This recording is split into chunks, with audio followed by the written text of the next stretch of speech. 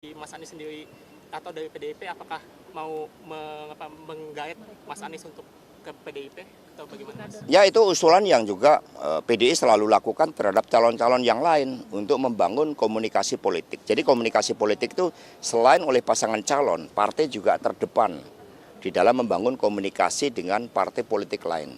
Kami berkomunikasi intens. Saya bersama dengan Pak Said Abdullah beberapa waktu yang lalu sudah bertemu dengan Bapak Muhaimin Iskandar, Bapak Zulkifli Hasan, dan Bapak Mardiono, Bapak Usman Sabta, Bapak Haritanu. Itu dialog terus kami lakukan. Termasuk komunikasi melalui telepon dengan Pak Erlangga Hartarto itu juga kami lakukan. Pak, penegasan berarti Anies potensial tidak untuk PDI Perjuangan di Pilkada DKI? Ya, Pilkada Jakarta kan sangat dinamis.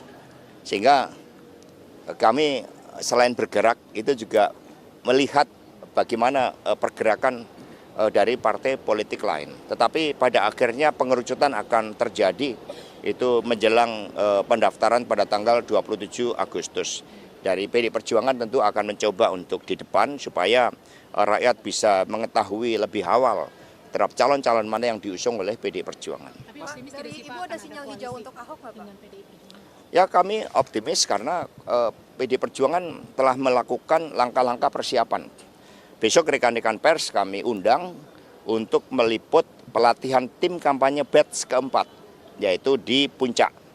Kami akan menyiapkan kendaraan, ini menunjukkan keseriusan PDI, satu-satunya partai yang sudah menyiapkan pelatihan tim kampanye hingga angkatan keempat, itu adalah PDI Perjuangan. Mas, tadi kalau dikatakan oleh Mas Hasto itu juga berkomunikasi dengan petinggi-petinggi parpol yang termasuk ada di Kimples juga nih. Nah, ini apakah dalam komunikasi itu ada memungkinkan PDI Perjuangan ini akan merapat ke Kimples gitu dalam komunikasi itu, Mas? Jadi konfigurasi politik setiap daerah ini kan unik. Mereka telah memiliki sejarah ya sesuai dengan aspek-aspek sosiopolitik.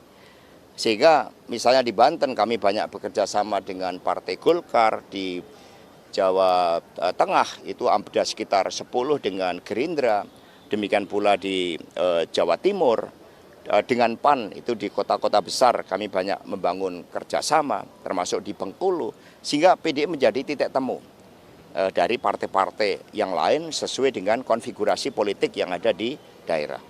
Mas Hasto, ini Mas Anies banyak ditinggalkan kan karena PKS mengusungnya sepaket dengan Pak Sohibul Iman ini. Kalau misalkan dari PDI Perjuangan sendiri menganggap kans mendukung Mas Anies ini terkendala hal ini juga apa tidak, Mas Hasto? Ya, kita melihat seorang pemimpin kan dari aspek karakternya, dari track recordnya. Kemudian baru kita lihat elektoralnya dan desain masa depannya. Ini yang terus dimatangkan. Karena partai punya komitmen untuk mempersiapkan visi dan misi dari pasangan calon yang memuat hal-hal yang fundamental. Contohnya program fakir miskin dan anak telantar dipelihara negara, program mengatasi stunting, kedaulatan pangan, kedaulatan energi, politik tata ruang, itu sedang dipersiapkan oleh PDI Perjuangan, sehingga antara partai, calon, dan rakyat itu sebagai satu kesatuan. Oke, Mas, itu dari PDIP sendiri untuk Pak Ahok kita kemarin bikin acara A3 terus juga mengumpulkan massa untuk membahas isu-isu Jakarta. Dari A3-nya Ahok ini apakah akan menunjukkan sinyal untuk mendukung Ahok? Ya, semua bergerak. Seorang pemimpin tidak hanya dipersiapkan tetapi juga mempersiapkan diri.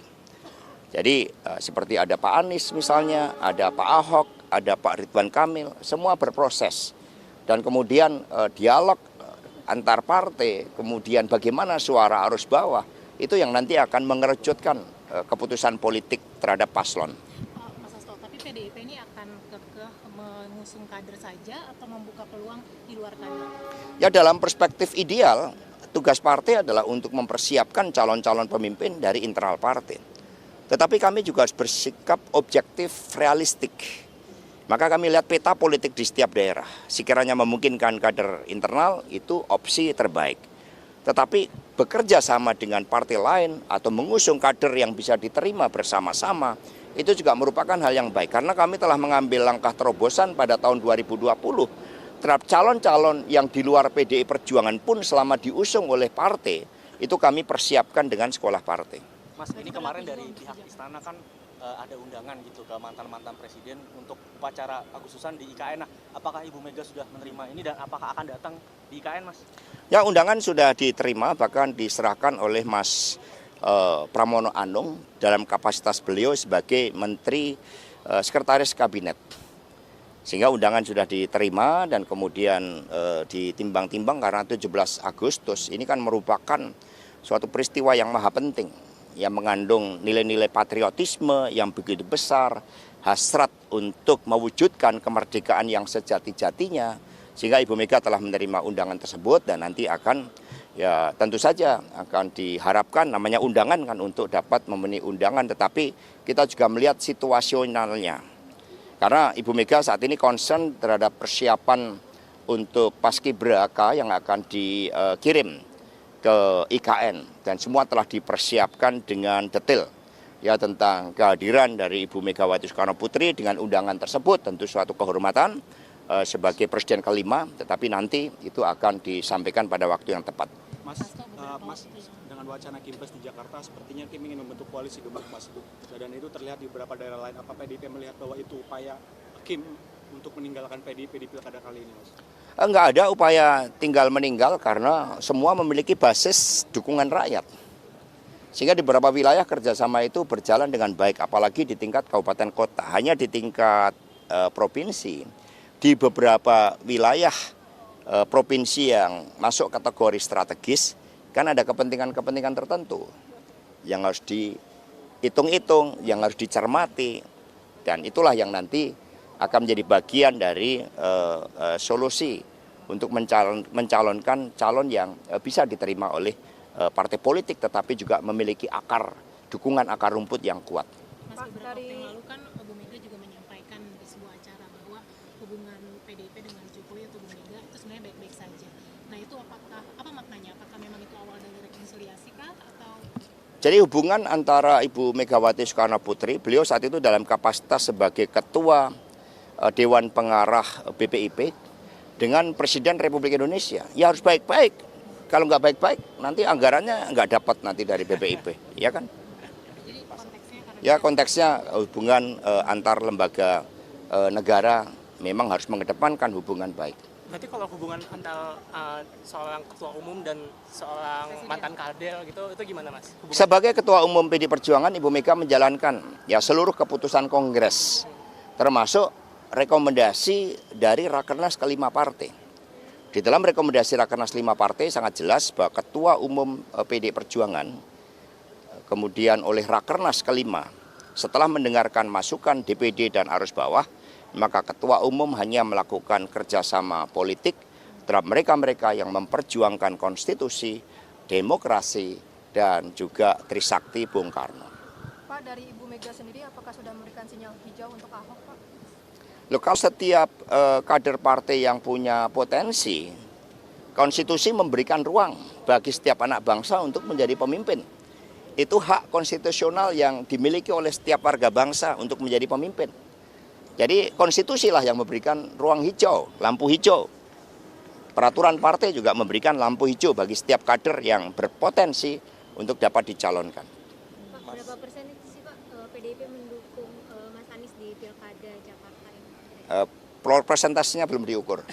Mas, kalau adanya harapan PDIP dengan PKB saja di Jakarta, kemudian menjadi juru selamat Anies di Jakarta, itu gimana, Mas? Kemungkinannya? Jadi juru selamat politik itu rakyat. Jadi yang penting adalah dukungan rakyat, kekuatan arus bawah. Kekuatan yang maha dahsyat, kata Bung Karno, itu adalah persatuan rakyat. Sehingga setiap pemimpin yang memang mendapatkan dukungan dari rakyat nggak perlu khawatir tidak mendapatkan tiket politik. Tapi Anies cocok sama PDIP. Ya gaya bicaranya ya menarik, dan Mbak Puan juga sudah beberapa kali menyampaikan sikapnya. Kami juga melakukan komunikasi ya dengan banyak calon-calon potensial yang ada di Jakarta, termasuk Pak Andika, jangan lupa itu beliau juga diusulkan di Jakarta. Mas Hasto ini kan Kira-kira kapan deal-dealan? Mas Hasto PKPU yang baru ini kan tidak memberikan hukuman ya bagi partai politik jika tidak ikut mengusung siapapun. Kalau semisal nanti skenario Jakarta kota kosong, apakah PDI Perjuangan akan merawat demokrasi dengan berada di pihak kota kosong, Mas Hasto? Untuk Jakarta kota kosong sebenarnya dalam konteks demokrasi, kehidupan demokrasi kita, itu suatu yang harus dicegah. Apapun dengan peran yang sangat penting dan sentral, suara rakyat tidak bisa kemudian dipangkas dengan melakukan suatu konsolidasi partai-partai politik yang menyebabkan calon lain tidak bisa dicalonkan. Kalau seperti itu dilakukan, maka rakyat juga akan punya kedaulatan untuk mengambil keputusan. Kita harus belajar dari Makassar.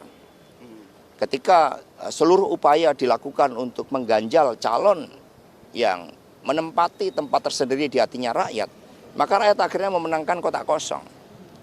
Dan itu menjadi pelajaran demokrasi yang sangat berharga bahwa partai di dalam mencalonkan itu harus melihat suara arus bawah itu. Ya cukup ya.